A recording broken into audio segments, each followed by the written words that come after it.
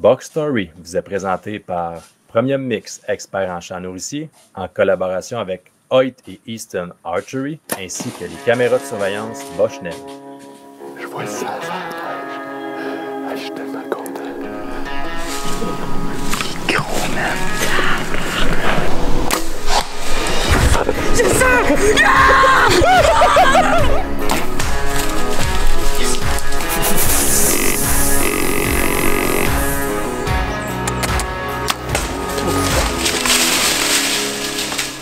Soyez sérieux, achetez Hoyt.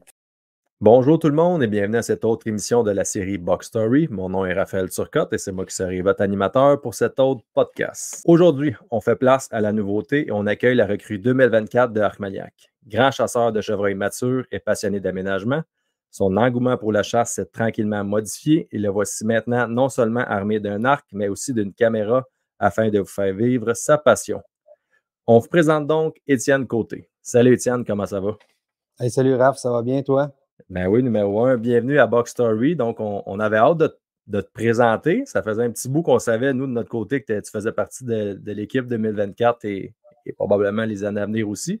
Mais voici ton occasion, voici l'occasion aux gens d'enfin te connaître. Donc, Étienne, je te donne 2 minutes, peut-être un peu plus, 3-4, parce que ça fait quand même une couple d'années que tu chasses, pour nous parler de toi légèrement et de te présenter officiellement aux gens, là, aux fanbase d'Armagnac. Oui, bon, ben c'est ça. Dans le fond, moi, j'ai maintenant 37 ans, puis depuis que j'ai l'âge légal de chasser, là, que je chasse le chevreuil, je suis principalement un chasseur de chevreuil. J'ai peut-être depuis les 10 dernières années, j'ai fait aussi l'orignal, mais principalement, ça a toujours été ma passion, le chevreuil. Pour commencer, là, quand j'étais tout jeune, là, ma mère, elle m'avait acheté un télescope pour que je puisse regarder les chevreuils de la maison. Puis, aussitôt que l'autobus me débarquait sur le bord, ben là, je regardais les chevreuils qui sortaient au champ. C'est sûr, tu sais, ça, c'est dans le milieu des années 90. Fait que il y avait beaucoup de chevreuils, puis il y avait de l'action à tous les soirs. Fait que j'ai commencé vraiment comme à me passionner du chevreuil à ce moment-là. Étais-tu entouré de chasseurs autour de toi? Juste une petite question comme ça. Y avait-tu ton père? Y avait-tu quelqu'un dans la famille qui chassait ou si tu t'es découvert comme ça? Non, il y avait mon père. Le chevreuil, au début, il allait pas vraiment parce qu'à l'époque, la chasse à l'orignal, c'était quand même populaire. Puis à chaque automne, il partait comme avec son stock de chasse pour un petit voyage. Puis là, moi, c'était vraiment venu comme chercher mon intérêt puis tout ça. Mais mon père, c'était un chasseur de chevreuil puis d'orignal là, quand j'étais plus petit. Mais comme on dit souvent, possiblement un chasseur comme régulier, là, sans vraiment de but précis, puis c'était plus pour aller faire des vacances. Fait que, c'était un loisir, c'est ça, un loisir pour se vider la tête, vider l'esprit, puis 2 fins de semaine par année ou une semaine pour l'orignal, quelque chose comme ça. Là. Exactement. Donc, c'est ça. Fait qu'il m'a quand même transmis cette passion-là. Puis, ben là, dans le fond, les années ont passé. Là, autour de moi, il y avait quand même des chasseurs. Il y avait un de mes amis là, qu'aujourd'hui il est décédé. Mais lui, il avait peut-être un 3-4 ans plus vieux que moi. Puis lui, il m'emportait régulièrement à la chasse, au petit gibier, ces choses-là. Puis lui, c'était un fanatique là, de QDMA. Dans les débuts 2000, là, on a regardé les vidéos prime time ensemble, tout ça, dans son appartement. Fait que là, tu sais, j'ai toujours été challengé par la chasse au chevreuil dans mon entourage. Puis je dirais que peut-être, je devais peut-être avoir entre 10 et 13, 14 ans. J'étais toujours en forêt, c'est pas dur. J'étais quand même en campagne. Puis je partais en forêt, puis j'allais marcher. Puis souvent, j'avais une petite arc traditionnelle. Ma première, c'était un bâton de cèdre avec une corde de bail. Puis je pouvais, essayer de tirer des petites affaires dans le bois, ces choses-là. Mm-hmm. Mais avec le temps, je tombais toujours sur des beaux bocs matures en période estivale, juillet, août, septembre. Puis toutes les fois que je les trouvais, ils étaient toujours dans des environnements que aujourd'hui, puis avec les autres années précédentes, qui ont précédé aujourd'hui, je me suis rendu compte, OK, les bocs, ils bêtent dans ces environnements-là. Fait que, tu sais, dès mon jeune âge, j'ai toujours parcouru des endroits où il y avait du chevreuil, puis, tu sais, j'étais vraiment comme alerte à des signes. Ouais, tu sais, j'ai toujours comme, comment je pourrais dire, expérimenté la chasse au chevreuil. Puis après ça, ben là, j'ai commencé peut-être à l'âge de peut-être 14 ou 15 ans à chasser à l'arc. Là. OK, ça a commencé quand même tôt. Là. Ouais, mon premier chevreuil, je l'ai tiré à l'âge légal à 13 ans à la carabine avec mon père. un 10 pointes, mais il y avait juste un seul côté. De l'autre OK. côté, il y avait pas de panache. Fait que c'était un beau Quand chevreuil. même un bon début, Étienne. Tu as commencé plus haut que ben du monde avec un spike 4 pointes ou. Ouais, un beau 10 points. Puis c'est ça. À l'enregistrement, c'était drôle parce que le monsieur, il disait, hey, il dit, c'est ton père qui a tué ça. J'ai dit, non, c'est moi, tu sais, j'étais passionné. Ouais. Fait que ça n'a pas été long que je lui ai expliqué que c'était moi qui l'avais tué, tu sais. J'ai tiré mon premier buck là. Fait que là, c'est sûr, j'avais une piqûre, mais c'était à la carabine. Mais dans notre coin, c'était la zone 7 sud. Puis c'était le club Archer qui était là. Donc, c'était juste à l'arc dans ces années-là. Fait que tout de suite, on s'est mis à l'arc. Puis avec mes amis, ces choses-là. Mais tu sais, faut se le dire, là, c'était pas facile, là. On était dans un secteur où on voyait 35-40 chevreuils par soir, mais pas d'expérience. Tu Ouais. sais, on faisait plein d'erreurs. Je me rappellerai Mhm. toujours, on se mettait des fois à chaque coin d'un champ, moi puis mon ami, puis un soir, il y a des bucks qui ont sorti au pied de son stand. Tu sais, il y avait comme 3-10 pointes, un à côté de l'autre, là, tu sais. Puis il a jamais laissé aller une flèche, mais tu sais, c'était de l'inexpérience, tu sais. Puis on se pratiquait quand même proche à l'époque. Mhm. Fait que c'est ça. Fait que de la chasse à l'arc, j'en ai toujours fait là, toute ma jeunesse, toute mon adolescence. J'ai tiré quelques beaux petits bucks, là, des 3 ans et demi, des 2 ans et demi, ces choses-là, des femelles. Puis ben là, jusqu'à aujourd'hui, mais tu sais, dans le fond, quand j'ai commencé à voir vos vidéos, ben là, c'est là que la passion a monté d'un cran, là. OK. Puis, juste comme ça, là, tu as eu une certaine évolution là-dedans. Toi, bon, tu es un chasseur aujourd'hui de chevreuil mature. Tu as commencé quand exactement à dire, OK, maintenant, moi, je suis tanné mettons, de ce que j'ai toujours eu, j'ai envie de faire un step de plus. As-tu commencé relativement jeune ou si tu as fait ça comme dans les dernières années? Comment que ça s'est passé pour toi de ton côté? Ben, je pense qu'on a toujours chassé les matures. J'ai toujours chassé à l'arc le début de saison qu'avant, il était quand même assez long. On avait la première Mhm. semaine de novembre. Je dirais de façon comme vraiment, là, tu sais, comme pas obligatoire, mais tu sais que sinon, j'avais pas de plaisir, là, je dirais les 4 ou 5 dernières années. OK. Ouais, c'est Fait pas que, mal ça. ben, écoute, on a tout un chemin, puis regarde, ça fait pas si longtemps, moi non plus, 2017, là, que j'ai vraiment, tu sais, fait un tournant là-dessus. Fait que, on a une évolution, puis à un moment donné, ben, c'est ça, on y va tous à notre rythme. Il y en a que c'est plus jeune, comme le jeune Louis Maillot qu'on a accueilli dans le podcast Box Story, que là, il est comme élevé là-dedans, mais nous, on est les enfants des années 80, là. C'était le premier buck que tu vois, tu le tires. C'était comme ça qu'on était élevés, malheureusement. Puis ça prend un certain temps avant de se débarrasser de ça, mais toi, tu l'as fait dans les 4 dernières années. Donc, fait que tu vas avoir une belle histoire à nous raconter aujourd'hui à propos d'un des bucks, justement, que tu as récolté. C'est celui de l'année passée, si ma mémoire est bonne. Ouais, exactement, mon bug 2023. Super. Avant d'embarquer là-dedans, j'ai une autre question pour toi. Là, tu Oui. es un nouveau membre d'Arcmaniac. Tu es quelqu'un comment je pourrais dire, que les gens ne connaissent pas beaucoup. Fait que j'aimerais ça que tu dises d'une certaine façon, qu'est-ce qui t'a poussé, qu'est-ce qui t'a motivé dans le fond à dire, hey, moi, j'ai envie d'embarquer dans un projet de même, de traîner un arc, de me mettre un handicap avec une caméra. Il faut que les gens comprennent. Puis je te laisse aller avec la raison de tout ça parce que je suis curieux de l'entendre. Ouais, ben, c'est pour ça tout à l'heure que j'ai fait un petit parallèle avec mon ami là, avec qui, dans le fond, on écoutait les prime time puis on faisait du PDMA. Ben, tu sais, moi, j'ai toujours eu une passion envers la vidéo là, depuis que ça fait au-dessus de 15 ans que je me dis un jour, j'aimerais ça filmer mes chasses de façon, on pourrait dire professionnelle, mais en tout cas avec une qualité vidéo, là, tu sais, puis une Mhm. histoire derrière ça. Donc, ça, c'est pas d'hier. Mais c'est vraiment là, quand je vous ai connu finalement, peut-être à l'entour de 2019, avec Résilience puis tout ça. Puis c'est à ce moment-là j'ai commencé à jaser avec David. Puis je vous avais écrit dans le temps aussi, dire ben là, c'est quoi les setups de caméra faut que j'aille. Fait que c'est depuis 2022 que j'ai ma caméra avec moi à toutes les fois que je vais à la chasse. Mais c'est ça. Fait que c'est vraiment un désir là, de mettre mes images en vidéo. Moi, je suis à l'étape que s'il est pas tu sais, faut que je le tue avec la caméra avant. Tu sais, tu l'as déjà dit, mais moi, c'est ça. Faut que je le tue avec la caméra. Puis si j'ai pas été capable de le faire, ben ça se peut qu'il soit passé le buck, là. Fait que je Tu es sais prêt pas à aller jusqu'à là, tu vas être un bon membre de l'équipe d'Arcmaniac. c'est C'est ça, bon. exact. Fait que je dis pas un jour que ça arrivera pas. Peut-être qu'un jour, je vais me laisser tenter, là. Tu sais, je suis pas capable de cadrer puis la flèche à part. Ça, on le sait pas. C'est comme tu dis souvent, c'est l'instinct killer qui embarque. Oh, c'est dur des fois. Ça dépend d'un individu à l'autre. On n'est pas tout pareil, hein, mais ça dépend aussi Mais du niveau d'émotion que tu as envers un buck en particulier. Des fois, ça peut prendre de bord assez vite. Si pour toi, c'est quelque chose que tu cours après depuis 4-5 ans, Mais c'est relatif à chaque, puis je respecte la décision de chacun des membres d'Arcmaniac dans ça. Tu n'as pas à t'en faire. Je te chicanerai pas si jamais il n'est pas cadré. Ouais, non, c'est ça. Fait que, puis c'est pour ça que dans le fond, je vous ai approché, là, puis on a discuté ensemble pour embarquer ensemble parce que moi, c'est carrément littéralement une passion. Puis je veux enseigner les gens avec ce que je sais. J'ai quand même beaucoup d'expérience au niveau de la recherche dans l'habitat du chevreuil pour trouver ces bocs matures-là, parce que dans le passé, je t'en avais déjà fait part un petit peu, mais tu sais, dans les 4 dernières années, j'ai toujours été sur un boc qui était en haut de 140, là, tu sais, là.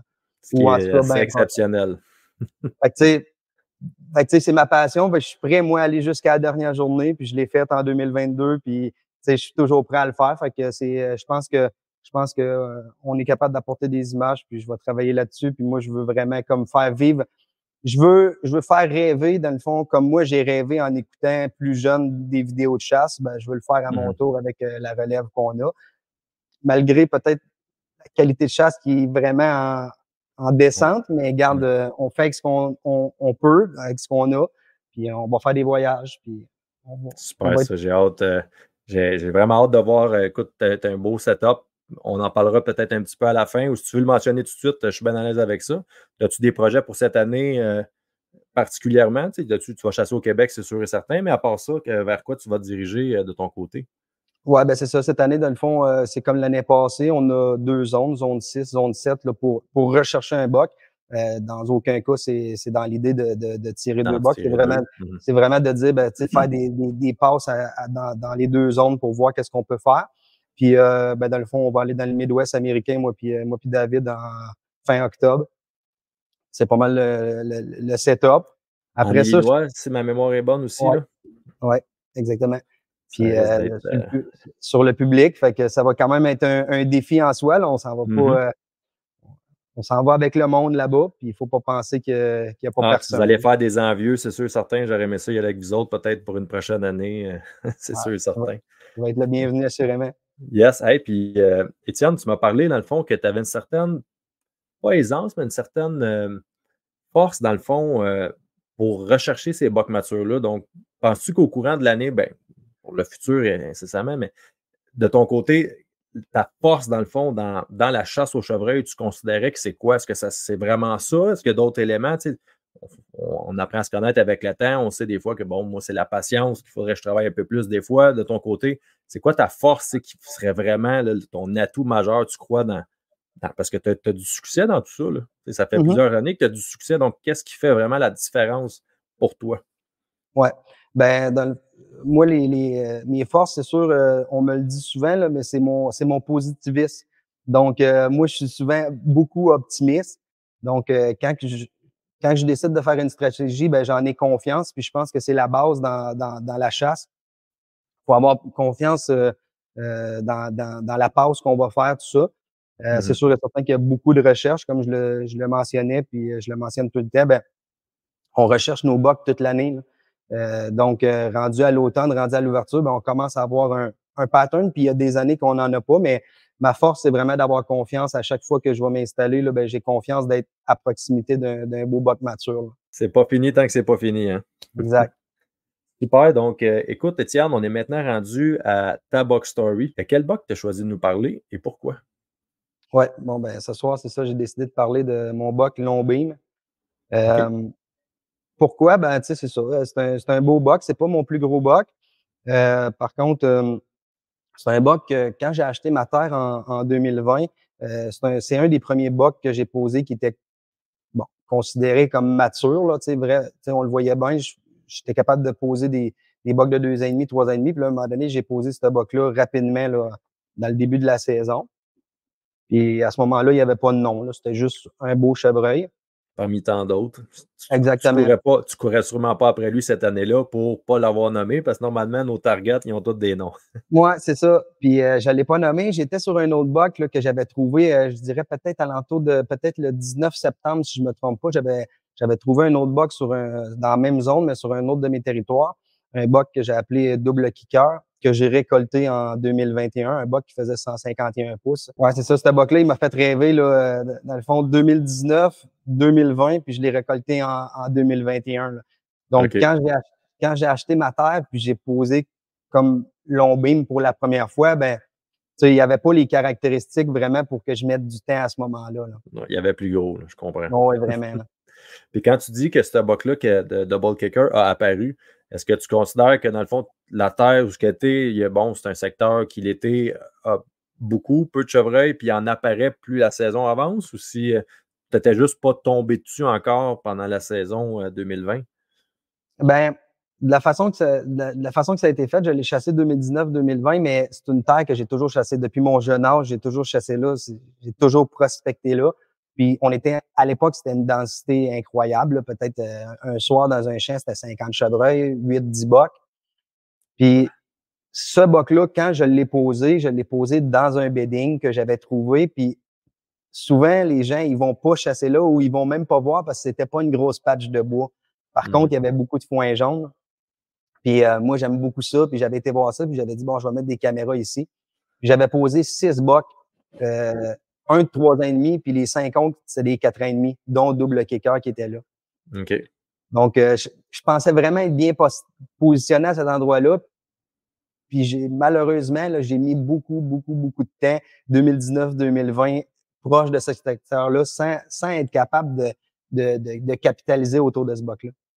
OK. Fait qu'il t'a filé entre les mains pendant de nombreuses années. Fait que tu n'avais pas d'intérêt vraiment pour Longbeam à ce moment-là. Donc, pas de stratégie établie pour lui. Ça n'a pas été avant. J'imagine que là, tu as récolté de Double Kicker en 2021. Donc, tu n'avais pas encore Longbeam dans ta liste de shooters en 2021? Ben, en 2021, c'est ça le problème, c'est que en tout cas, les choses avec, quand j'ai acheté ma terre, il y avait beaucoup de travaux, puis j'avais moins de temps, dans le fond, à consacrer sur ma terre, puis souvent, j'allais scotter, mettons, Double Kicker en auto le soir, tout ça, pour essayer de le trouver. Je mettais des efforts là, je déplaçais des caméras, puis Longbeam, ben, il n'y avait pas de nom encore en 2021, mais je ne l'ai pas posé. Je l'ai carrément pas vu. OK. Puis, tu sais, il m'était pas sorti de la tête, mais souvent, des fois, on se dit, bah, il est mort, tu sais. Mm-hmm. Mais ça a resté comme ça. Ça a resté carrément comme ça. Puis, j'avais fait chasser, ben, dans le fond, j'avais initié 2 personnes sur mes terres en 2020-2021. J'ai initié un gars en 2020. Puis en 2021, j'ai initié une fille sur ma terre. Puis je lui avais dit, j'aimerais ça que tu récoltes une femelle. Puis elle non plus, elle l'avait pas vue. Fait que, tu sais, il y a rien qui me disait qu'il était dans le secteur en 2021. OK. Puis jusqu'à présent, tu n'as jamais su ce qui était vraiment cette année-là. Tu n'as pas entendu parler d'un voisin qui a dit « Ah oui, je l'avais » ou peut-être que tu étais tellement concentré sur un qu'au final, tu n'étais juste pas dans son secteur à lui. Ça peut être aussi bête que ça. Tu chasses sur combien d'acres, Étienne, pour le fun? Sur ma propriété ou en... Oui, exact. Ben, mettons, ta propriété plus en général, parce que je ne sais pas si Double Kicker, c'était sur ta propriété que tu l'as... Non, Double Kicker, il était sur un autre terre qui a 750 acres, mais je dirais peut-être un 400-450 qui est, comme on pourrait dire, chassable. OK. Et chez moi, j'ai 305 acres en propriété. OK. Fait que Longbeam, il était chez toi, mais OK, tu concentrais tes efforts plus ailleurs aussi. Fait que je comprends que des fois, ça peut arriver qu'il nous file entre les pattes sans problème. OK. Puis là, à ce moment-là, est-ce que tu avais rencontré David ou pas encore? C'est en 2022 que vous avez commencé à chasser ensemble? À l'été 2022 qu'on s'est parlé, moi puis David. OK. Fait que toi, tu récoltes Double Kicker 2021. Donc là, bon, tu as arrêté de chasser, j'imagine, par la suite. Tu as laissé tes caméras là. Est-ce que Longbeam était le seul buck potable qui avait survécu jusqu'à présent pour 2022? Ben, tu ne savais pas encore, là, mais est-ce que tu avais d'autres targets? Parce que 2020 était la grosse année, l'année charnière pour bien du monde, parce que là, le plan de gestion a changé. Il y a eu des doubles abattages, il y a des côtés que ça a été complètement lavé. Toi, est-ce que tu as vécu ça de ton côté ou si c'était... Ben, c'est ça, dans le fond, à l'automne 2021, là, je me rappelle pas exactement. C'est sûr que j'avais laissé une caméra. Est-ce que j'ai reposé Longbeam en fin de saison, voire, mettons, en décembre? Je m'en rappelle plus exactement. Par contre, je le sais, je l'avais dit à David, j'avais dit, l'automne dernier, j'avais 4-5 bucks de 3 ans et demi. Fait que, tu sais, j'avais encore quand même beaucoup de relève en 2021. Là. En finissant la saison, pour moi, 2022 serait très bon. Une bonne année, là. Ouais, c'est ça, exactement. Puis en 2022, quand que David est rentré avec moi, ben là, moi, j'y ai dit, je suis sur un autre buck. Parce que entre-temps, en 2021 puis 2022, j'ai réussi à trouver un autre buck sur un autre secteur dans la zone 7, un autre 400 acres. J'ai trouvé un buck que j'ai surnommé Big Dream. un 8 points qui fait à peu près 160. Là, là. Puis là, Un là, j'ai 8, dit à un 8 David, de 160, c'est ouais, j'ai imposant. trouvé son shed, là, puis ouais. Fait que c'est ça. Fait que là, lui, j'étais reparti encore sur un autre rêve. Fait qu'à ce moment-là, j'ai dit à David, j'ai dit, mon 300 arcs, je le chasserai pas, puis il faut trouver Longbeam parce que pour moi, il était encore vivant. J'avais Ce cette idée-là feeling-là, en là. tête. Mhm. Ouais. Fait que là, c'est ça. J'avais reloué un 50 arcs proche de chez nous, mais avec une terre entre ce 50, il y avait une terre entre nous deux, dans le fond, avec ce petit morceau-là. Puis on avait mis des caméras là. On avait mis des caméras un petit peu partout. Puis à un moment donné, en début septembre, on a posé un beau 10 points. Puis là, ben, j'ai été voir tout de suite les photos. Là, j'ai fait Faire un des corrélations. comparatif, là. Mhm. Ouais, fait que là, j'ai dit, c'est mon bug de 2020, ça.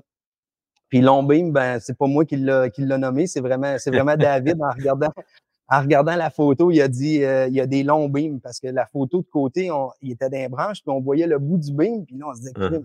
Il est c'est un long. beau bug. Fait que, il l'a appelé long beam à ce moment-là. Fait qu'il a été baptisé en 2022. OK, parfait. Puis toi, tu l'as récolté en 2023. Puis est-ce que Ouais, de exactement. 2022 à 2023, est-ce qu'il a pris un gros jump? Est-ce que il y avait toujours les beams aussi longs? Ou parce que je te pose la question parce que moi, de mon côté, mon histoire à moi, Drop-In avait des caractéristiques qu'il n'y avait pas nécessairement les années d'après. Donc, Ouais. je te pose la question, bon, c'était-tu pareil? As-tu vu une évolution? Ouais, ben c'est ça. J'ai pas été capable de trouver des photos de lui dans mon téléphone de 2021. Fait que moi, j'ai supposé que je l'avais pas posé. Mhm. Mais de 2020 à 2022, il avait pris un méga step. Là, ça, c'est normal OK. parce qu'il est parti de 4.5 à 6.5. Mhm. Fait qu'il avait pris un méga step, il était beau.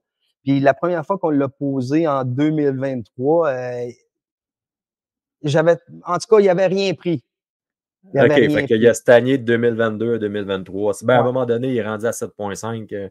Et tout Fait dépendamment. Si toute réserve, souvent, là, 7,5, ils sont pas mal dans le top prime. Là. C'est ça. J'ai pas vu, il avait pas pris de masse, les pins n'étaient pas plus longues, ça. Les G1, il était court, il faisait peut-être 2 pouces et demi. Fait que, tu sais, il avait rien pris nulle part. Puis, c'est ça. Fait qu'en 2022, je l'ai pas vraiment chassé. Puis, David, Tout ben, était lui, il sur était, Big Dream, là, c'est ça là, que ouais, je c'est comprends. ça, Tu c'est ça. planais sur ton rêve. Là. C'est ça. Puis, je prenais même pas le temps, là, de penser à une femelle à ce moment-là, là. Tu sais, moi, j'avais Big Dream en tête. Puis, à toutes les fois que je pouvais aller chasser, je le faisais. La saison est Puis, tellement courte là, que tu n'as pas ouais, le choix. puis en 2022, ben, dans le fond, ma fille, elle avait 13 ans, donc c'était sa première année de chasse. OK. Donc, moi, je voulais lui faire récolter un chevreuil. Fait que je faisais beaucoup de recherches aussi pour elle. Donc, un soir, à la fin de semaine de la relève, le dimanche, on avait chassé le samedi, on n'avait pas rien vu. Puis le dimanche, on avait été se positionner à un endroit où ce que je pensais que c'était bon. Puis Lombé m'a sorti dans le champ de luzerne avec un autre jeune buck, un 6 pointes. Puis là, on les a filmés, on les a regardés, puis là, ils s'en venaient, puis il était vraiment beau. Puis là, Lombim, je le voyais qu'il était magnifique, là, il était haut, puis c'était un beau buck. Accompagné d'un 6 points en plus, tu Ouais, dois voir la ouais, méga différence entre les deux. ouais. Puis C'est ta fille était armée de quoi? Elle avait-tu une une arbalète. arbalète? OK, pour la relève, elle avait opté pour l'arbalète, quand Ouais, même. Ça exactement. mettait un handicap pour une, pour une débutante. C'est bon? Ouais, c'est ça. Fait que là, c'est ça. Les deux bucks sont venus, puis là, j'ai dit à ma fille, j'ai dit, sois prête. J'ai dit, Lombim, il connaît bien le secteur, puis le petit buck, je l'avais jamais posé parce que nous, on avait à poser j'avais spreadé du maïs, mais je l'avais condensé proche du mirador. Mhm. Donc, j'ai dit, Lombim, il va sûrement rentrer. Fait que là, il a comme rentré dans une couette de bois qui séparait les deux champs. Puis, c'est spécial. Lombim, il a comme ressorti il y avait comme du CRP, puis il a comme été dans la verge d'or, un peu comme à l'horizontale. Puis le jeune buck qui était jamais venu à la bête, il a carrément sorti à 25 verges. Puis c'est en allant à la bête. Ouais, mais moi, je savais même pas qu'il connaissait l'appât. Fait que là, j'étais comme Ah. surpris. Puis là, Lombim était à 55 mètres dans le CRP. Puis là, ben, on baissait en lumière. Puis je disais à ma fille, j'ai dit, t'as une belle occasion, t'as un beau buck en avant de toi. C'était un buck de 3 ans et demi. J'ai dit, faudrait que tu le récoltes. Fait qu'elle s'était lancée, puis elle a récolté le 6 points. OK, ben cool. Même si c'est pas nécessairement long beam, je veux dire, tu as vécu une super Ouais, journée avec ta fille. Là. C'est une belle façon de commencer de faire exactement. son baptême. Là. Yes. Exactement. Puis là, ben là, on a récolté ce buck-là. Puis bon, le tir, il était comme peut-être il était moyen, je pense, là, tu sais, premier chevreuil, tout ça, il était proche, non, mais tu sais, Pour être honnête, il était moyen, mais à ta fille, tu lui as dit belle shot, c'est ça?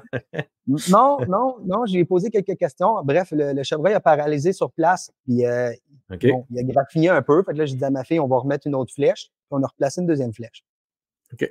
Ceci dit, Lombim n'est jamais parti de la scène. Il a toujours regardé ça, puis là, ça bardassait dans la cache, dans un petit mirador ouvert. Mhm. Puis il a toujours regardé ça jusqu'à temps qu'on quitte le mirador, là. Il n'est jamais parti de là.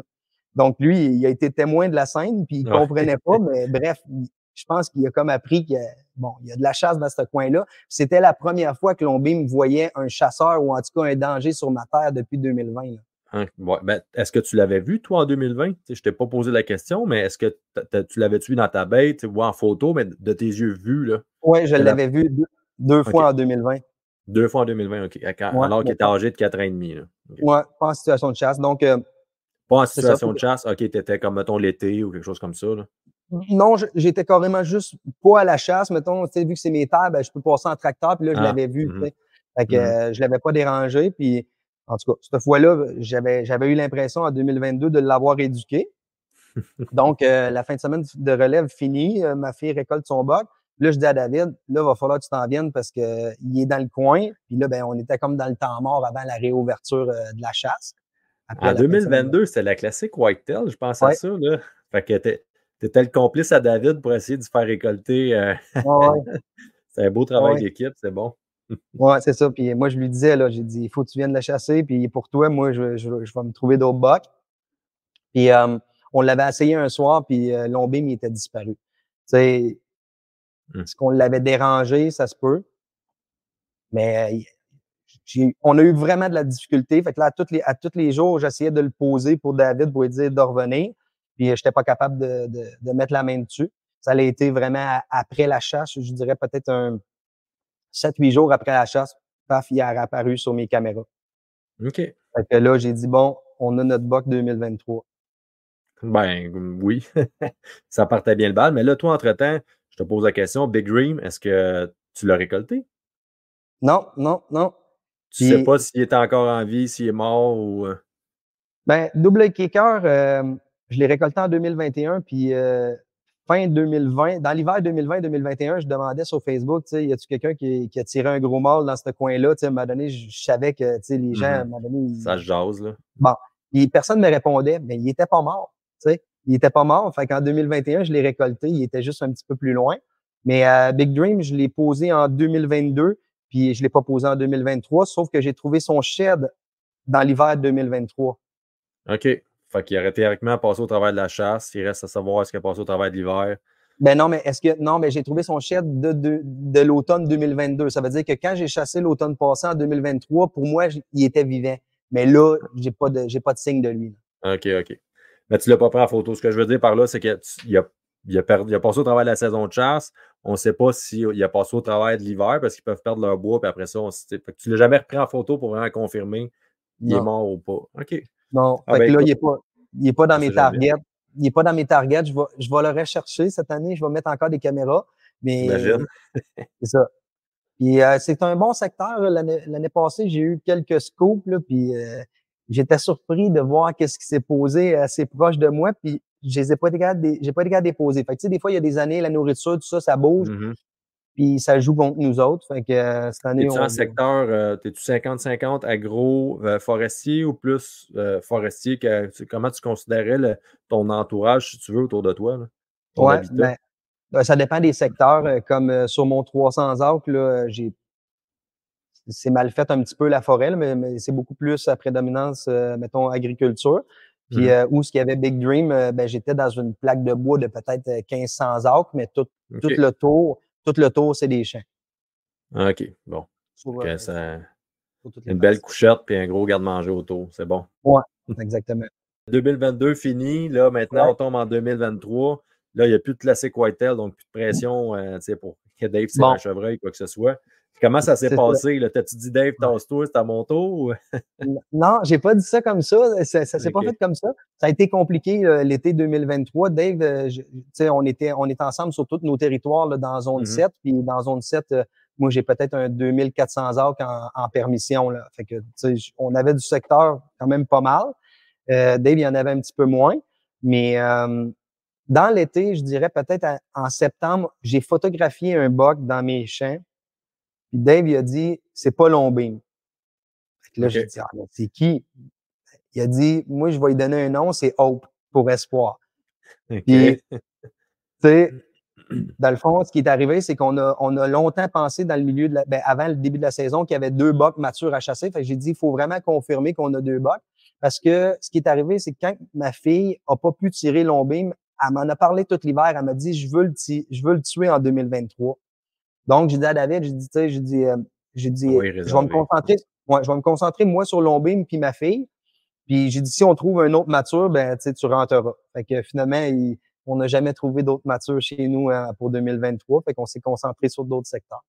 OK. Bon. Est-ce que tu avais, mais là, ton intention, c'était de faire tirer ta fille peut-être en premier à ce moment-là. Est-ce que tu commences l'année avec une stratégie en particulier ou si tu te dis, bon, ben regarde, je sais à peu près où skier, donc je pars avec un setup de caméra, puis après ça, on essaiera de s'ajuster. Comment tu procèdes là, quand tu recherches un buck, dans le fond, comme Ouais, Longbeam à chasser? c'est justement, tu sais, j'avais oublié un détail tantôt qui est quand même important, c'est que Longbeam en 2022, quand je l'ai posé, il était pratiquement à 1 kilomètre de mon 300 acres. Oh shit, OK, il était quand même. Ben, ça Ouais. bouge, hein? C'est. Puis dans l'été, ben, je pouvais le poser autant à 1 kilomètre ou le voir quand que je faisais du scouting à 1 kilomètre de chez nous ou chez nous dans la même journée.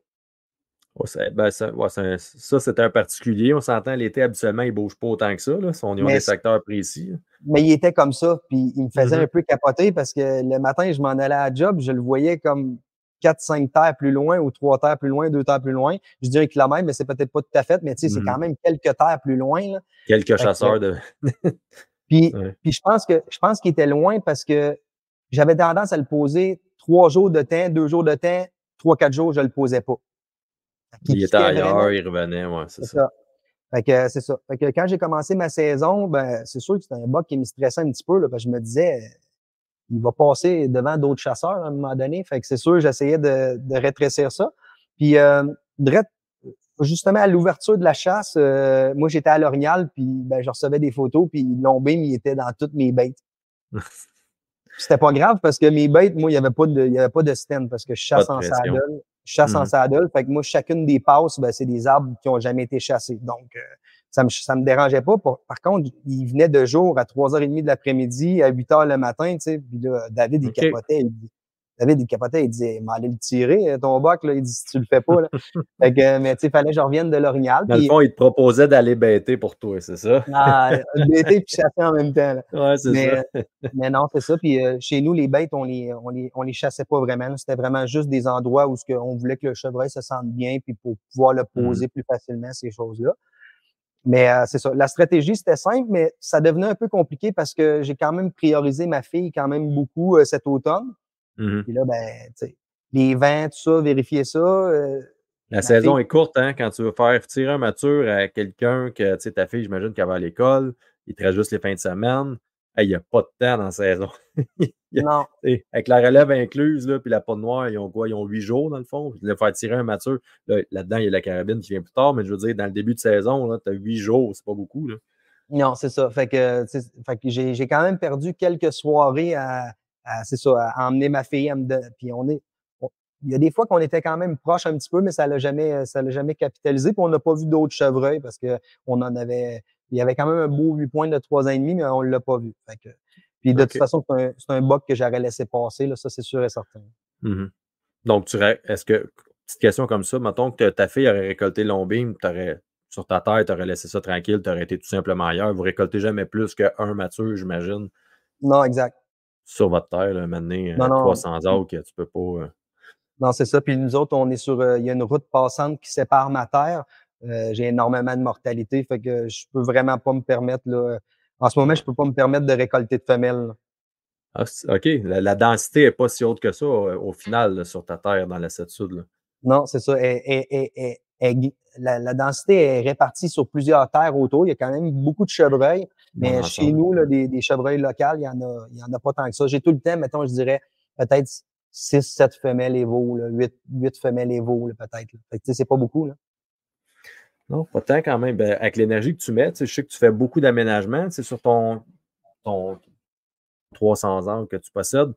Tu as comme en d'ancrage, mettons que tu consacres au champ nourricier. Y a-tu un 3-4 acres, 5 acres? Comment tu procèdes là, pour tes aménagements là, avant de sauter dans la journée précise du kill? Je suis curieux d'en savoir un peu plus sur ton setup de chasse parce que la CEP, tout dépendamment encore là des secteurs, il y a des secteurs qui c'est un peu plus pauvre. C'est quand même une zone qui est inégale là, en densité.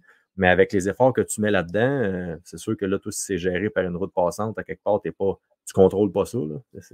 Non, exactement. Je suis pénalisé par ça. Par contre, ça crée des beaux phénols quand même là, à cause de la route, tout ça. Là. Mais ça, c'est un avantage. Mais non, c'est ça. Cette année, j'avais 6 acres en brassica. OK. Ben, on a vu des photos et des vidéos là, dans les lives que j'ai fait avec Luc Brodeur pour Premier Mix. Là. Donc, tu avais mis un mix là, de brassica avec de l'avoine, si ma mémoire est bonne. Oui, exactement. OK. Puis c'est ça, j'avais 6 acres de brassica, puis j'avais beaucoup de chevreuils quand même là-dedans.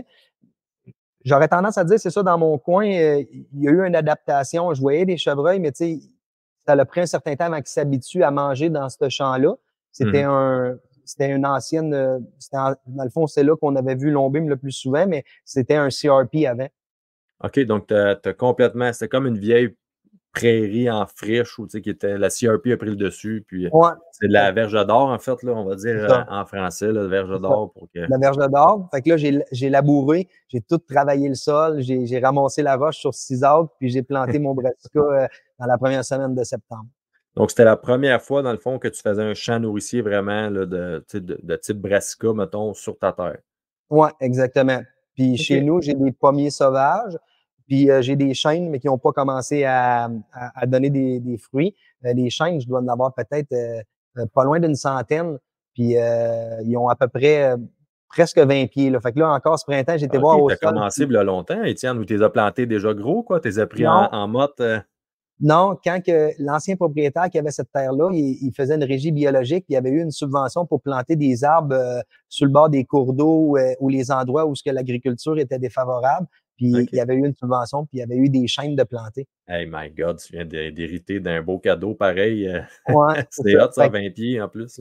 Oui, c'est ça. Ben, j'ai pas vu de fruits encore, mais je les surveille tout le temps. C'est ça. Puis cette année, pour la première année, j'avais semé 15 acres de soya. OK, quand même. Que tu as récolté ou? Oui, exactement. Okay, ouais, c'est ça, maintenant, c'est beau les chevreuils, mais là, c'est de l'argent. Par contre, tu sais, je l'ai semé dans un endroit qui était nouveau comme champ. Puis la batteuse, il a fallu qu'elle lève à quelques endroits parce que le sol était inégal où il y avait des buttes. Fait que il y avait beaucoup de gousses de soya qui restaient en place. Qui restaient debout.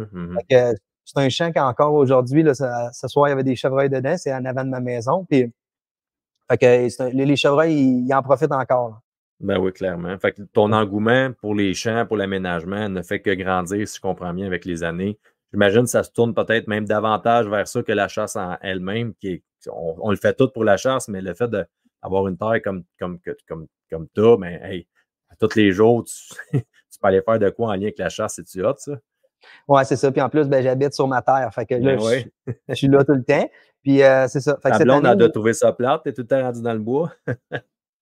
Non, je pense pas. Okay. Je suis quand même quelqu'un d'occupé, fait que c'est comme normal. Okay, mais c'est ça. Donc, cette année, il va y avoir à peu près proche de 12 acres en champ nourricier. OK, tu doubles ta superficie de champ nourricier. Oui, sauf que je la distribue assez large sur mes terres.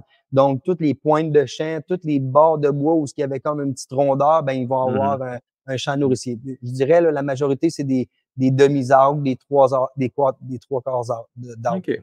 Ben, tranquillement, mais sûrement, peut-être que ta densité va finir par monter. Là, si tu améliores ton habitat, tu vas les forcer peut-être à rester davantage chez toi que de traverser le chemin passant ou. C'est ça, j'imagine. C'est ça. Puis là, ce printemps, on commence une plantation d'arbres. Fait que je vais commencer à planter, je dirais peut-être, il y a peut-être 9 acres là, qui est en verge d'or qui vont être plantés en plantation d'arbres. Les arbres, c'est pas encore choisi, là, ça va être mix. Là. Il va y avoir du pin rouge, puis des merisiers, des frênes, des choses comme ça. Mais ça va être une forêt mixte que je vais créer à plein de petits îlots sur à peu près 10 acres.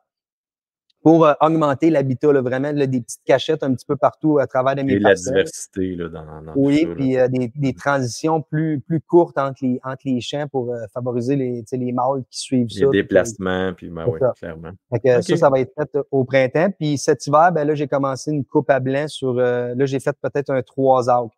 Mais ça, c'est dans le but de faire un bedding à chevreuil. Là. Moi, ça va tout laisser ça pousser bien sale. Ah, ça peut se faire assez vite, dépendamment de ce que tu as, mais c'est à peu près un des affaires les plus payants pour la chasse au chevreuil. C'est Ce ça. genre d'habitat-là que tu viens de créer, là, ça va certainement créer un deer magnet encore supplémentaire. Donc, on a hâte de voir au courant des années. Des fois, tu sais, faire des aménagements, amener la terre, ça fait une couple d'années que tu l'as, mais là, quand tu commences à faire des aménagements majeurs comme ça, après 2, 3, 4 ans, là, tu commences à voir comment que c'est payant. Il ne faut pas penser que c'est comme en claquant des doigts, mais Colin, le futur est très prometteur. Super. Fait que, Étienne, on est rendu, là, tu as commencé à chasser avec ta fille, donc on a passé au travers de la saison de l'arc. Je te laisse aller pour la suite, là. Oui, exactement. Bon, ben c'est ça. C'est pas Avec tout le à fait. plus de détails, tu nous donnes Ouais, la date, la ouais, météo, la pression, si tu l'as, go for it. ouais, exact. Je me rappelle pas de tous les détails, mais je vais te donner tous les détails que je me Ouais, rappelle. c'est correct.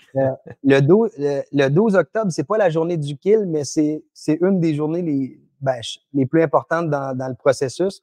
Le 12 octobre, on est encore à l'arc. Puis sur l'heure du midi, je reçois des photos que l'ombim il est à une bête carrément à l'extrémité est de ma terre. OK.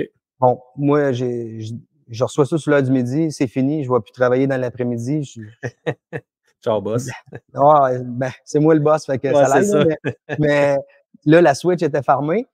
Puis je texte Dave, moi, je suis hors de moi-même. Là, il est chez nous, puis il est du côté est. Ça veut dire que là, il va traverser toute ma terre de est en ouest s'il veut sortir. Mhm. Puis là, j'ai des bonnes chances. Fait que là, on jase stratégie. Puis là, je dis à Dave, je l'essaie dessus, ça bête carrément. Elle avait pas été chassée. Pour asseoir, des fois, il est bédé sur le bord, puis il va. Puis là, ben, on regarde les statistiques, puis on dit c'est quasiment impossible qu'il retourne à la bête à soir. Il est tout le temps en train de rouler. Il va sortir du trou, puis il va s'en aller vers l'ouest. Fait je décide, bon, ben, c'est bon. Je prends mon saddle, je check mon vent. J'avais un vent qui était comme limite. Je l'ai comme attaqué crosswind de la façon que je pensais où ce qui était bédé. Fait que Mhm. je monte en saddle, peut-être à l'entour il était de bonne heure, peut-être à 1h30 de l'après-midi. Là, je m'installe, puis là, je regarde mon vent. Puis là, je dis, s'il sort de son bedding pour partir en ouest, je l'ai en dedans de 40 mètres dans le bois. Puis de la façon que c'est fait chez nous, ben, c'est des énormes funnels, là. C'est comme des ruisseaux, mais comme des criques à travers les montagnes. Donc, les drops, ça fait des ridges de peut-être 200 pieds. OK. Fait Puis, qu'ils empruntent tout ça pour ouais, ils n'ont pas le choix. voyager. À un moment donné, c'est tellement abrupt qu'ils finissent par passer à des endroits que je connais. Puis il y a la route d'un côté. Donc, je me positionne, puis là, ben, je suis dans un funnel. Il y a pas le choix. S'il vient à moi, il passe à portée d'arc. Fait que je suis en confiance. Puis je passe ma soirée là, je vois pas de chevreuil, il se passe rien. Il y avait la météo, c'était comme un peu maussade, c'était doux, mais il mouillait un petit peu, tout ça. Je Mhm. finis ma soirée, je vois rien, j'enlève toutes mes choses comme à l'habitude, je ressors du bois. Puis en arrivant chez nous, ben, dans le fond, j'avais reçu des textos de Dave. Moi, j'ai pas de signal dans mon coin. J'avais reçu des textos de Dave, il m'a dit ouais, on n'a pas pris la bonne décision. Fait que là, je check. Mon Il buck était, était rentré il était il dans était la rentré bête. ouais, de jour, là, à pleine clarté, peut-être 45 minutes avant la noirceur. Donc, on n'avait pas pris la bonne décision, mais ça reste que c'est comme ça. Fait que là, c'est le 12 octobre. Puis là, ben, dans les journées qui suivent, moi, je continue à le rechercher, mais je le trouve pas. Tu sais, on prend le 12 octobre, je l'ai récolté le 18 octobre, puis souvent, je pouvais le perdre 3, 4 jours, des fois, Ouais.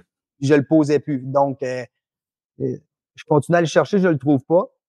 Là, la poudre noire arrive, puis là, je le chasse à l'arc. Je l'ai travaillé avec mon dossard, je rentre dans le bois, puis je le travaille de différentes façons. Je réussis pas à le closer. Puis rendu Tu le prenais toujours pas en photo. Tu continuais de le chasser dans le fond sans savoir vraiment s'il était encore là. Tu te doutais qu'il pouvait être là, mais sans le savoir vraiment, c'est ça? Non, je pense qu'un soir, le lundi soir ou le mardi soir, je l'ai pris en photo à la bête carrément à l'ouest, puis il est parti vers l'est. Fait que là, je savais à peu près où qui était bédé parce que de la façon que mes caméras sont positionnées, ben, il emprunte des funnels, puis je suis supposé de le poser. OK. Donc, le lundi ou le mardi, là, je sais qu'il est dans le secteur. Puis la poudre noire, elle fermait le 18, le mercredi soir. Puis là, ben, je regarde la météo, puis là, j'ai un beau vent sud-ouest. Puis on n'est pas en front froid, là, mais le front froid s'en vient, puis la météo est, je dirais, le temps, il est comme un petit peu gris, là. C'est comme normal, c'est pas rien de terrible, mais on est le mercredi que la poudre noire, elle ferme, là. Fait que là, on va tomber comme avec un congé de chasse. Tout à l'heure, je parlais de mon optimisme, là, mais Elle était un peu basse, hein? ouais, puis là, je suis comme un petit peu comme déstabilisé. Puis là, je me dis, je m'en vais dans quel fauna? Je le prends où, ce Je boc-là? sais plus il est où, ouais, c'est ça. Non. Fait que je décide, je dis, ben, regarde, c'est le dernier soir, je vais emmener mon poudre noir dans le Mirador où ce que ma fille l'avait aperçu. La fois où ce que ma fille, elle avait tiré son boc. À l'arbalète. Ouais, c'est ça. Fait que là, je m'en vais dans ce Mirador-là, qui est comme une cache ouverte. Puis c'est au pied de mon champ de brassica. OK. Donc, je m'installe là. Il y a beaucoup quand même de chevreuils qui viennent dans mon champ de brassica. Puis j'ai dit, je vais faire de l'observation. Fait que ma poudre noire est à côté dans le coin de la cache. Puis je filme le brassica, puis c'est beau. Puis je filme mon champ de luzerne. Puis j'ai du fun. Tu sais, Ah oui. c'est bien C'était-tu la normal. première fois que tu chassais ton champ? L'avais-tu chassé auparavant ou si... Je l'avais chassé avec ma fille un petit peu à l'arbalète là, OK. au courant de la saison d'arc. Puis on avait vu des femelles. Puis on avait eu quand même du plaisir, mais sans voir l'ombine ou de boc. Okay. Donc, ce soir-là, le mercredi, c'est ça. Ma stratégie, j'en avais une ce soir-là, par contre, parce que moi, étant un agriculteur, je me promène souvent en tracteur. Donc, ce soir-là, je dis, je vais aller à mon Mirador, mais je vais faire comme si je m'en allais à une autre de mes fermes plus loin. Fait que je passe dans le milieu de mes terres en tracteur, puis je dépasse comme le site de mon champ de brassica, puis je vais arrêter mon tracteur loin des montagnes. Je reviens à pied, puis je m'en vais à ma cache. Fait que je me suis dit, s'il était proche, ben lui, il va penser que j'ai passé comme d'habitude, puis il va faire ses choses. C'est ça, je suis assis dans mon Mirador, vent sud-ouest, là, je l'ai carrément d'en face, puis en arrière de moi, ben c'est juste des champs, là, jusqu'au village là, de où ce que j'habite. Donc, à ma droite, je suis correct. Je pense qu'il pourrait être bédé là ou en avant à gauche. Fait que je reste comme alerte. Puis dans les 10 dernières minutes, ben là, on est la dernière journée de poudre noire. C'est la première fois que j'emmène mon poudre noire avec moi. J'ai pas Ça vu sent le malheur, là. Ça sent le malheur. j'ai pas vu un chevreuil. Il reste 10-12 minutes.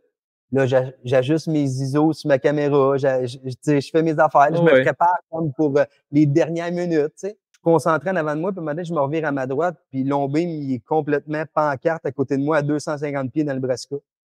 Il mange. Non, il regarde mon Mirador. Il a sorti d'une couette de bois là, que je pouvais même pas penser qu'il était bédé là. Il était bédé complètement au bout de la couette de bois. Ça veut dire que j'ai passé à 20 mètres de lui en tracteur. Puis il est resté couché.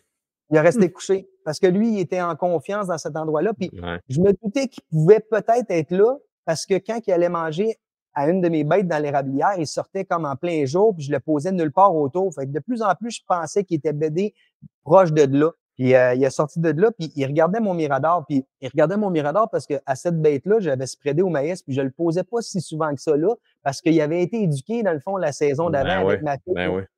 Fait que, il regardait ça de loin, puis on aurait dit qu'il essayait de se dire, bon, y a-tu des chevreuils dans le champ de brassica? Je vais te confirmer s'il y avait un danger ou non. Ouais. Puis là, j'ai regardé ma montre, puis là, j'ai dit, bon, OK, ben, mon téléphone, j'ai dit, bon, il me reste pas tant de temps que ça. Et, il me restait peut-être 6 ou 7 minutes de clarté légale. Et là, ben, j'ai parti ma caméra, mes choses, puis tout ça.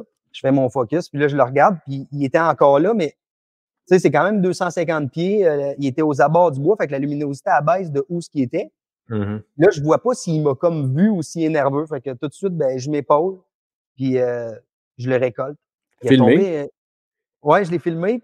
Par contre, c'est là où on va en venir, tu sais, quand on dit on fait un buck story, tu sais, c'est un buck qu'on a cherché puis qu'on a travaillé, tu sais, avec ma fille puis tout ça, que j'ai offert à David, tu sais, qui vienne le récolter, tout ça. Ce qui est très généreux de ta part en passant, Étienne, hein? C'est pas tout le monde qui aurait osé faire ce que toi t'as fait.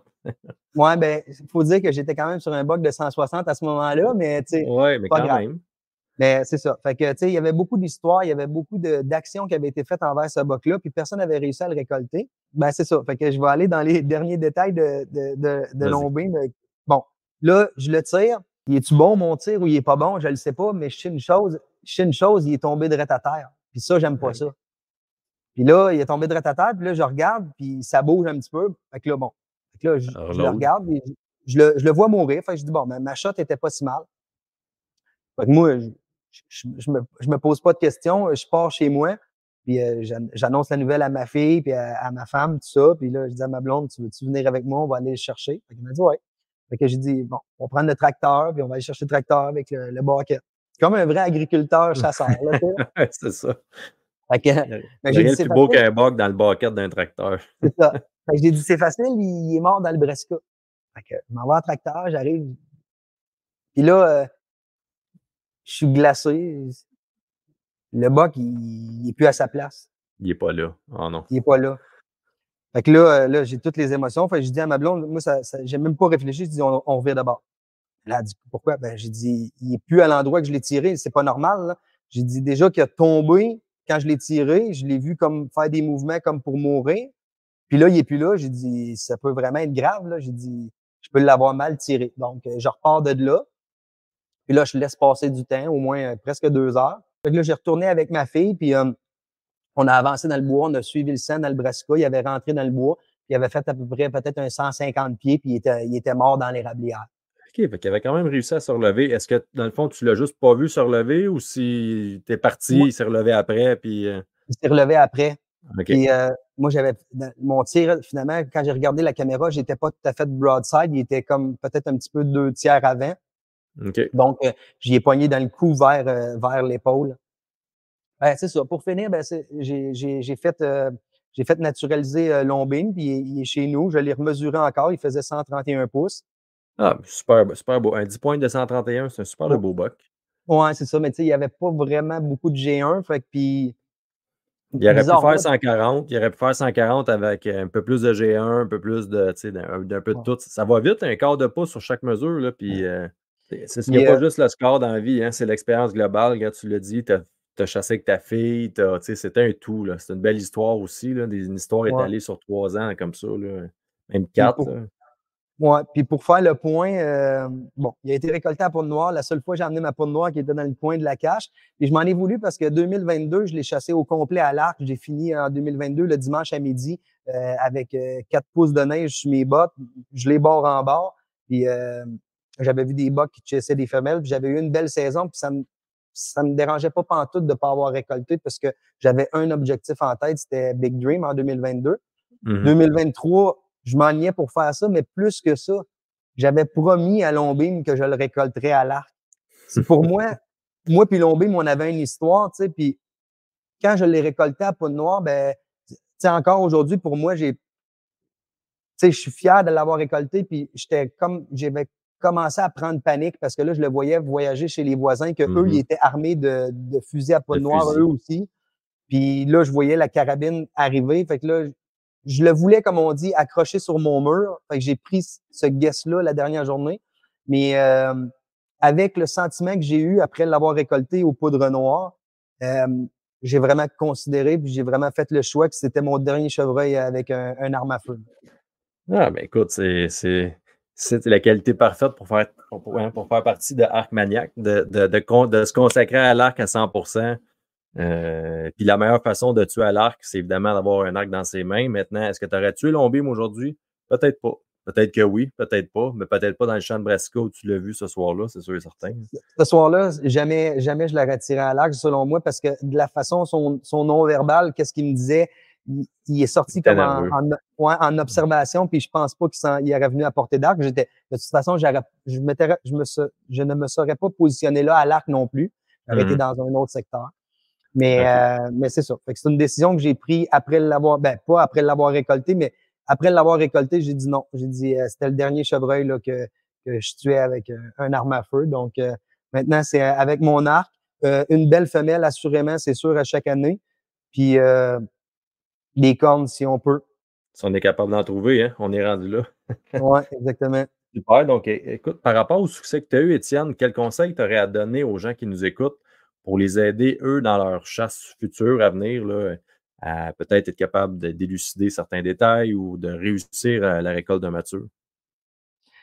Ben, c'est sûr que dans ma chasse avec Lombim, honnêtement, il faut, je pense qu'il faut mettre les énergies pour le trouver. C'est sûr, si on est à la carabine, c'est un tout autre monde. Si on est à l'arc, ben, il faut se rapprocher. Fait que je pense qu'il faut faire un périmètre de caméra pour établir un pattern. Moi, c'est ce que j'ai essayé d'établir le plus possible avec Longbeam. Puis, à un moment donné, ben, je me disais, il est proche de là. Il a comme plus le choix là, avec les caméras, avec ses allées et venues. Ça faisait quand même la 3e semaine qu'on le posait régulièrement. Oui, il partait, mais quand il revenait, il utilisait des couloirs. Fait que j'étais quand même. Ouais, c'est ça, exact. Mais tu sais, c'est pour dire, c'est pas infaillible. J'avais pas réussi à être à portée d'arc de lui du début de saison. Là. Mais le conseil que je peux donner, c'est vraiment là, quand on peut poser un beau buck une fois, ben après ça, on met des caméras pour agrandir le périmètre, mais après ça, le rapetisser. Puis, je suis pas le premier à le dire, vous le dites souvent, mais dans ce cas-ci, là, ça a été de regarder les allées et venues puis de dire, bon, ben le chevreuil il est possiblement dans ce secteur-là cette journée-là. Est-ce que tu marches avec juste des setups de caméras cellulaires ou si tu es aussi avec des caméras régulières? Parce qu'à un moment donné, ça en fait beaucoup là, à traîner. Ben, j'en ai quand même beaucoup de caméras cellulaires, mais j'en ai autant des caméras standards. Puis ceux-là, ben, c'est juste qu'on les relève. Dans le temps de la chasse, on relève ça une fois par semaine. On veut pas. Fait que je trouve qu'on met quand même un peu de pression en allant relever nos cams. Fait que des bonnes camcelles à des endroits précis, ben on est capable de faire un relevé sans bouger. Tu as une longueur d'avance, c'est sûr et certain. Tu n'es pas comme une semaine en retard. Tu es dans la journée même. Là. C'est ça, exact. Fait que, ça, c'est un outil qui était. Ben, je pense que tout chasseur devrait avoir une caméra cellulaire, mais c'est un outil qui nous a servi pour au moins pas aller mettre les pieds dans le bois, parce que si j'arrêtais de mettre les pieds dans le bois où ce que Longbeam, je le posais, finalement, il était bédé très proche à chaque fois. Fait que ça aurait pu être. Tu l'aurais dérangé. C'est ça, exactement. Puis, ben, c'est ça. Fait que ça revient pas mal à ça. Les conseils que je ferais, là, ce serait vraiment de localiser, aussitôt qu'on a un chevreuil qui nous intéresse, ben, on referme le secteur le plus possible dessus, puis on essaie d'établir un pattern. Puis de chasser ça. Ben écoute, très bon conseil. En fait, c'est souvent, tu sais, les gens se préparent des setups à des endroits précis. Donc, c'est pas d'être statique à un endroit. Tu as été un chasseur mobile, tu t'es promené dans tout ça, puis tu t'adaptais au mouvement de Longbeam. J'ai tendance à vraiment pas chasser les appâts, puis chasser vraiment en périphérie, puis trouver les corridors. Super. Qu'est-ce que tu as appris, Étienne, dans cette chasse-là et que tu vas tenter de mettre plus en application dans le futur? Y a-tu un détail précis ou quelque chose qui t'a marqué, que tu t'es dit, OK, ouais, la prochaine fois, il faudrait que j'agisse peut-être plus comme ça? Ou... Dave me l'a dit souvent cette année. Il me disait un mot que je peux pas dire, là, mais j'étais pas assez agressif. J'étais pas assez agressif. Je travaillais beaucoup le vent. Je travaillais beaucoup mes entrées. Je travaillais beaucoup la façon comment j'allais me rendre pour aller là et sortir. On va dire, c'est des bonnes stratégies. Ben oui, c'est pas à négliger. Non. Par contre, quand on veut tuer un mature, des fois, il faut mettre en péril une partie de la stratégie. Puis le soir que je l'ai essayé, le 12 octobre, pensant qu'elle allait sortir de son bedding, j'étais en crosswind, puis ça aurait pu payer à ce moment-là parce qu'il aurait rentré dans ce secteur-là en sécurité avec le vent comme dans Parfait le nez. Pour lui, là. C'est ça. Fait que je pense que je l'ai souvent chassé dans des positions où le vent il était défavorable à lui. Puis d'après moi, il a carrément soit emprunté d'autres secteurs à cause de ça. Fait que tu sais, ça, cette année, je prévois être beaucoup plus agressif. Honnêtement, là, je pense que ça m'a nui dans mon processus avec Longbeam. Je voulais tellement pas faire d'erreur. Tu voulais tellement pas l'envoyer, ouais, je comprends. C'est ça. Puis ce qui est drôle, c'est que c'est ça. Fait que David, il me reprochait souvent d'être pas assez agressif. Puis en plus, il me disait, tu peux pas l'empêcher, il sort à tous les jours de ton territoire ou à tous les 2 jours. Fait que, tu sais, vas-y, tu sais. Fait que ça, c'est quelque chose que j'ai même pas pu mettre en pratique parce que je pense que jusqu'à temps que je le récolte, même encore ce soir-là, j'étais quand même loin de l'action avec mon poudre noire. Puis je l'ai chassé comme avec un dans ton approche. Ouais, j'ai été avec un sud-ouest en pleine face. Puis tu sais, j'ai pas donné de chance dans un sens, tu sais, pour le mettre en sécurité lui. T'as-tu la première fois que tu utilisais le tracteur? Parce que je trouve que c'est une très bonne façon. Écoute, ils ont tellement pas peur de ça, les tracteurs. Là, ils en sont habitués. Ils ont grandi là-dedans. Je veux dire, ça reste tant que le tracteur n'arrête pas un endroit proche de ce que tu chasses. Fait que c'est-tu la première fois que tu tentais le coup ou si tu l'avais fait auparavant? Non, je le fais souvent avec mon side-by-side, ou on va dire un VTT, mettons, ou le tracteur. Même j'ai un petit motocross, là, j'ai un petit 125, là, 4 temps, puis je vais à la chasse avec ça parce que, tu sais, souvent, tu peux cacher ça dans un buisson, puis Ouais. t'as pas besoin d'aller au bout du monde, là, tu sais. Fait que non, c'est ça, ça m'est souvent arrivé, puis c'est une technique qu'on utilisait, bon, je Par pense le que c'est une passé. technique. Ouais, c'est ça. OK, Soit où cool. on se faisait dropper. Tu sais, mon père, souvent, quand que j'allais à la chasse à l'arc, lui, il était moins fervent de l'arc. Fait que il partait du chalet quand j'étais plus jeune. Il venait me porter, il faisait tout le tour de la terre, le petit pattern qu'on essayait de répéter. Puis je pense que ça l'a souvent marché. Ah, clairement, clairement. Ben, écoute, les années l'ont prouvé. Luc et sa gang font ça C'est ça. régulièrement. C'est sûr que bon, faire ça à un pas tout le temps, tôt ou tard, ils finissent par connaître la game, mais tu es capable d'étirer le temps pareil par rapport à y aller à pied puis y aller de façon standard. Donc, très bonne Exact. stratégie de ton côté. Étienne, j'ai une question pour toi. Ça va être peut-être un dur choix. Je te laisse, je te pose la question. Si je te donne le droit de chasser à un seul endroit, mais durant un mois, là, je te rouvre la planète Terre au complet là, pour chasser le chevreuil. Tu as juste un mois de chasse, tu choisirais quel endroit? Parce que je sais que tu es un gars, je ne sais pas si tu as fait beaucoup de voyages par le passé ou si tu commences un peu tranquillement à expérimenter ça de ton bord, mais je suis curieux d'entendre ce que tu auras à me dire parce que c'est un très beau secteur de chasse. Écoute, tu ferais envier plusieurs chasseurs. Est-ce qu'un gars comme toi serait tenté d'aller chasser ailleurs ou si chasser au Québec, pour toi, ça te suffit? Ben, c'est ça. Ben, premièrement, ben, c'est ça. Cet automne, mon premier voyage, ça va être dans le Midwest américain avec David. Ça va être mon premier voyage au chevreuil en dehors de la province. OK, cool. Donc, je peux pas répondre que j'irai ailleurs. J'aurais tendance à dire que je resterais vraiment dans mon patelin où ce que je suis, où ce que j'ai commencé à chasser quand j'étais tout petit. J'ai confiance encore en mes moyens. Tu sais, je veux dire, je pense qu'on y prend goût, là, veux pas, le soir, moi, je pars chasser, je peux aller à 5 ou 6 secteurs de chasse en dedans de 15 kilomètres. Ouais, c'est un gros avantage que tu as de pouvoir chasser proche de ton domicile comme ça, là. Autant de Donc, spots en plus. c'est ça. Donc, tu sais, si tu me donnes un mois de chasse, j'aurais tendance à carrément peut-être rester dans ce coin-ci parce que j'ai des chances là, de pouvoir trouver un buck puis d'y mettre du temps parce que c'est la proximité. Si je te relance ça, dans le fond, tu chasserais ici, mais en plus de ça, si tu la possibilité t'as la possibilité de revenir en arrière avant le nouveau plan de gestion. Là, on parlerait de quelque chose de vraiment hot, je pense, hein. Ah ouais, ce serait incroyable. Puis on le dit, là, c'est vraiment avant le nouveau plan de gestion parce que en 2019, j'ai quand même posé 6 bucks matures dans la même séquence vidéo sur ma caméra. Là. Non, non, c'est un autre Tu sais, monde complètement. Les gens, tu tu sais, sais, les chasseurs qui chassent peut-être 2 fins de semaine par année ne peuvent pas comprendre, là. Quand on suit nos chevreuils, qu'on voit clairement une clash entre 2019 et 2020, c'est flagrant. Puis toi, l'année d'après, est-ce que tu les as toutes perdues, ces chevreuils-là, les 6 matures? ouais. J'ai pas revu j'ai pas vu aucun des bucks que j'ai vu dans cette vidéo-là, ben, dans les quelques vidéos que j'avais de cette journée-là. Toutes les bucks étaient Mhm. rassemblés dans dans ce petit bedding area-là de septembre. Puis le seul chevreuil que j'ai récolté, c'était double kicker, mais c'est le seul que j'ai revu de toutes ces bucks-là. Puis il y en a plusieurs qui avaient des particularités spéciales. Il y avait un 6 pointes qui avait des G2 de comme 10 pouces. Et Lui, là, là, tu l'aurais je l'aurais tiré. Ouais. ben oui, puis je l'aurais revu. C'était une caractéristique qui pouvait pas perdre. Là. Il était large, il avait comme 22 pouces de large, tu sais. Puis, fait, tu sais, j'ai jamais revu ce buck-là. Là. Tu sais, puis toutes les autres, là, il y avait des beaux 10 points, des beaux 8 points. Puis, quand que le nouveau plan de gestion est arrivé, premièrement, les chevreuils n'étaient pas habitués aux armes longue portée. Non, Donc, non. le 400 pieds qui pensait qu'il était en sécurité du Mirador qu'il a toujours connu, ben là, il était mort. C'est carrément ça. Les gars avant qui tiraient, mettons, les chevreuils, les spikes, les 4 pointes, on s'en rendait pas compte, la pression qu'il y avait, parce que c'est pas des chevreuils qu'on prenait nécessairement en considération.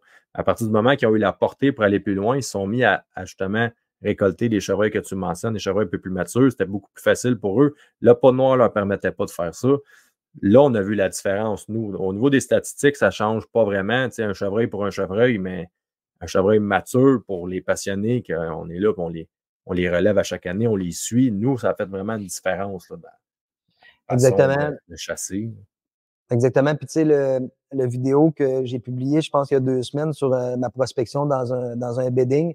Puis sur un secteur, c'était le secteur où ce que j'ai récolté double kicker. Tu sais, c'est pas normal de pas trouver un shed, là. Tu sais, Mhm. c'est un T'en secteur trouvais avant, hivernal. là. Ben Mhm. oui. Tu sais, on pouvait en trouver 25-30 dans un samedi, là, tu sais. On Et en là là. trouvait, tu sais, j'ai déjà trouvé une corne, je ne sais pas comment ça l'avait de masse, mais c'était un 150, un 160. La corne était accrochée sur la clôture. C'est-à-dire, il avait sauté à la clôture, puis la corne Elle avait tombé là. On trouvait des cornes partout. On en faisait des crevaisons en tracteur. Tu sais. Un beau problème, ça. Non, mais il n'y a plus rien de ça. Là. Des fois, tu Ouais. peux faire tout un champ de luzerne en te disant il y a eu du chevreuil cet hiver ici, il va y avoir une corne, il n'y en a pas. Non, Tu non, sais, ça a été c'est dur. complètement débalancé. Puis c'est... Fait que c'était des secteurs exceptionnels, mais j'ai vraiment espoir d'avoir des changements. Puis c'est vraiment dur pour notre relève parce que, tu sais, même ma fille, des fois, elle vient en chasse. La densité, elle a baissé beaucoup aussi là, dans mon secteur. Tu sais, on parle pas juste de dire il y a plus de bocs. La densité, elle a baissé beaucoup aussi dans certains secteurs. Là. Donc, ça aussi, ça me dérange parce que Ça joue. le plaisir, il est comme moins là parce qu'on voit moins de chevreuils. Dans notre cas, c'est peut-être pas un problème, mais pour les enfants, ils veulent voir des chevreuils. Là.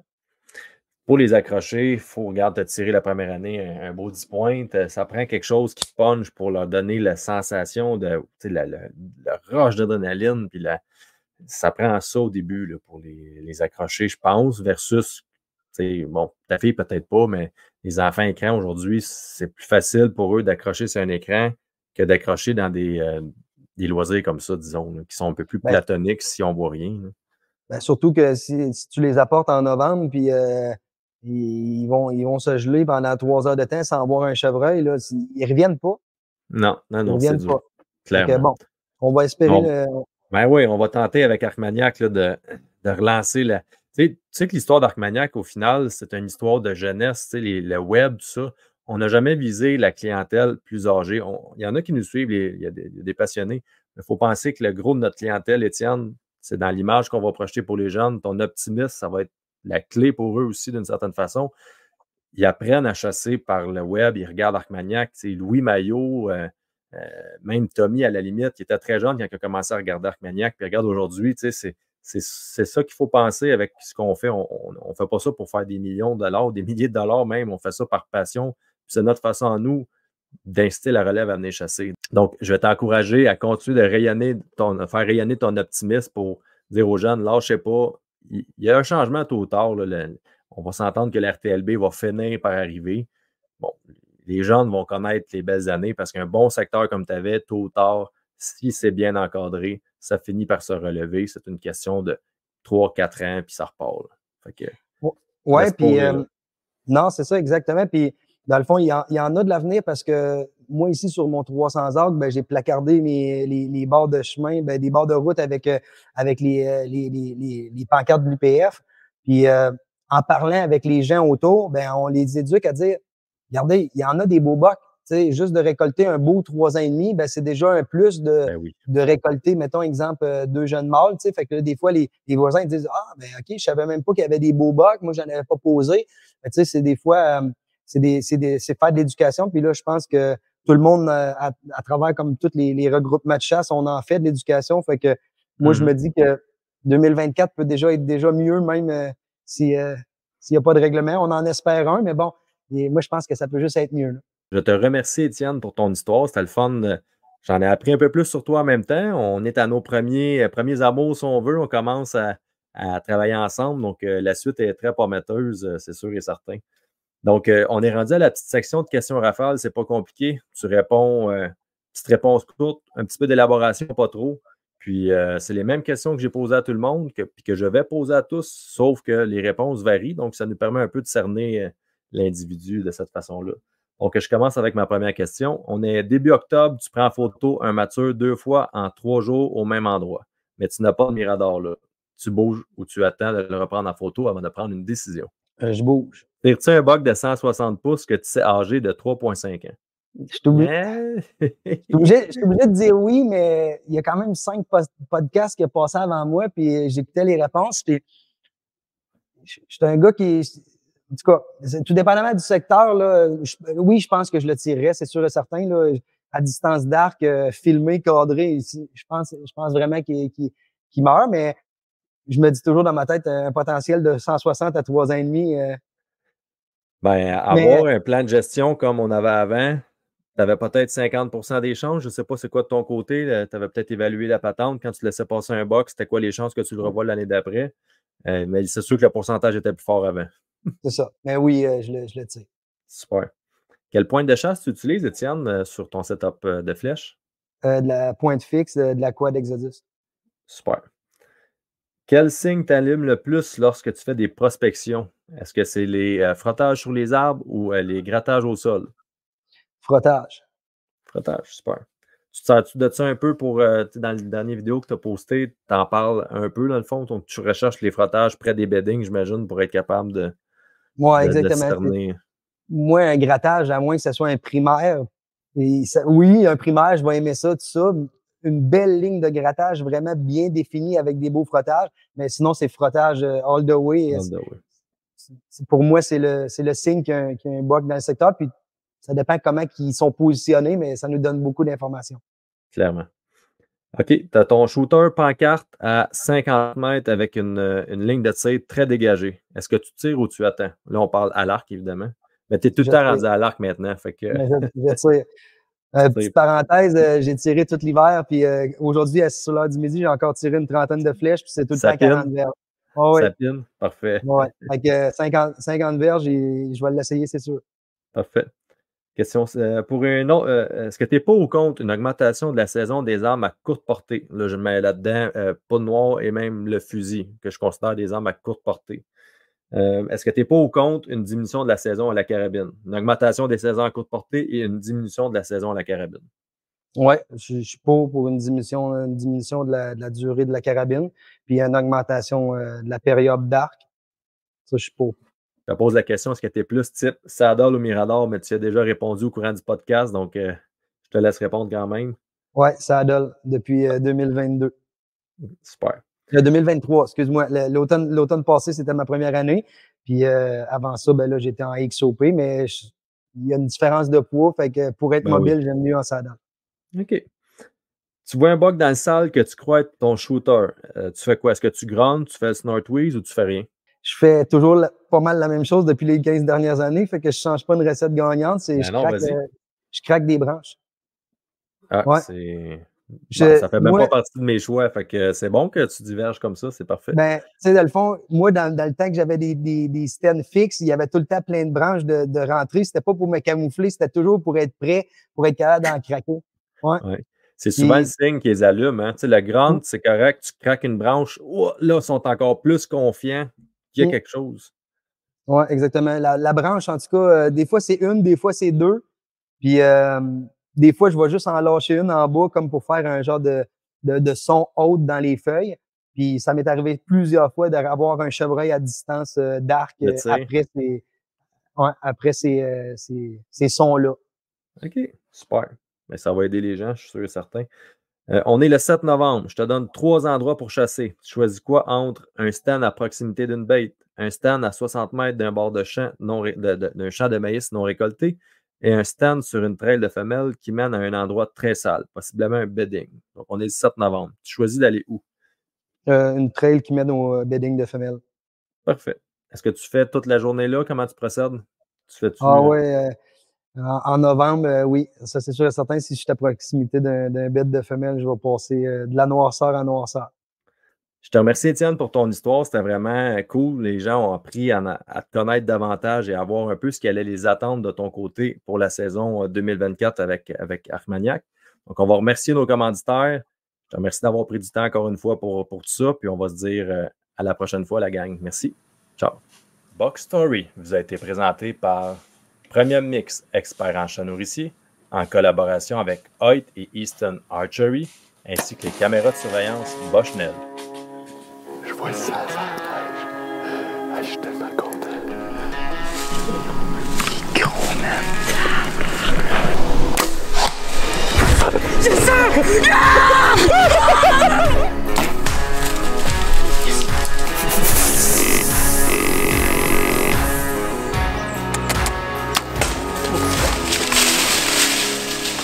Soyez sérieux, achetez